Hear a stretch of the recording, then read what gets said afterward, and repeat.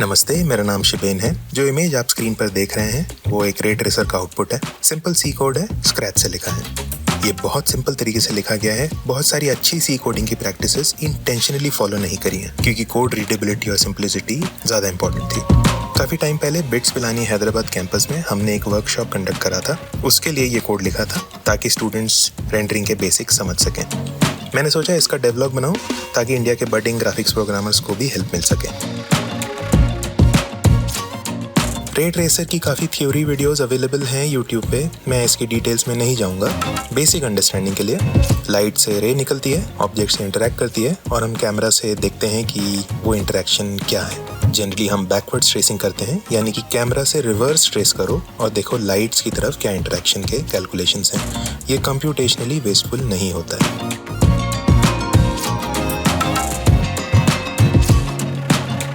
किसी भी text editor में raytracer.c खोलिए।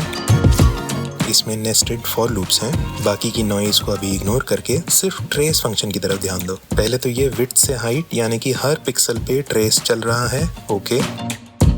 और ट्रेस फंक्शन देखो तो उसके अंदर फिर से ट्रेस कॉल हो रहा है। लाइट रे इंटरेक्ट होके मल्टीपल रेज में स्प्लिट होती है। Same object partly reflect and refract दोनों कर सकती है और वो रेज खुद फिर से स्प्लिट हो सकती है, फिर से रिफ्लेक्ट रिफ्रैक्ट कर सकती है continuously.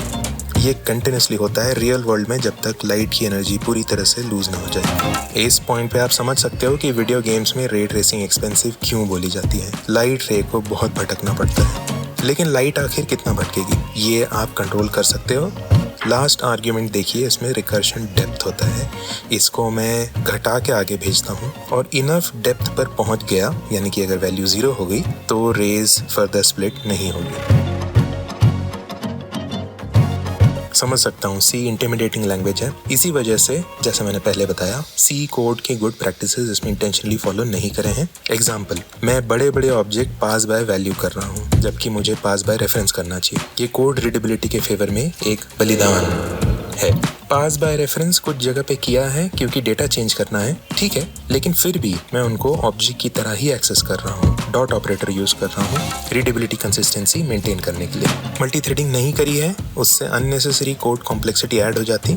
Image output format PPM use करा है। ये एक एकेडमिक आउटपुट फॉर्मेट है, बहुत सिंपल है, कोई इमेज लाइब्रेरी की ज़रूरत नहीं पड़ती और PPM कोई भी इमेज व्यूअर को दिखा देगा।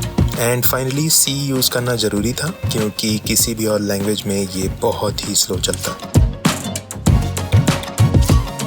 फर्दर एक्सप्लोर करने के लिए पहले तो कंपाइल करने के लिए मेक कमांड चलाइए। अगर नहीं है तो sudo apt install make से इंस्टॉल कर लीजिए। अगर C कंपाइलर भी नहीं है, no problem, then sudo apt install gc से इंस्टॉल कर लीजिए।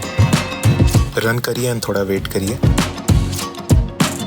टेस्ट रन के टाइम इमेज रेजोल्यूशन छोटा रखना सो दैट आप इटरेशन फास्ट कर सकें।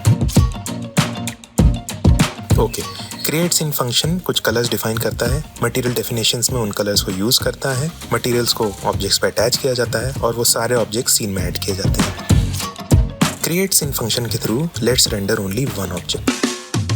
गुड, अब आप देख सकते हो कि सिर्फ क्यूब और ग्राउंड प्लेन रेंडर हुआ है। अब आप बैक ट्रेस कर सकते हो कोड को कि ये क्यूब कैसे इंटरेक्ट हुआ है, रेज के साथ कैसे ट्रांसफॉर्म हुआ है। You can do all those things.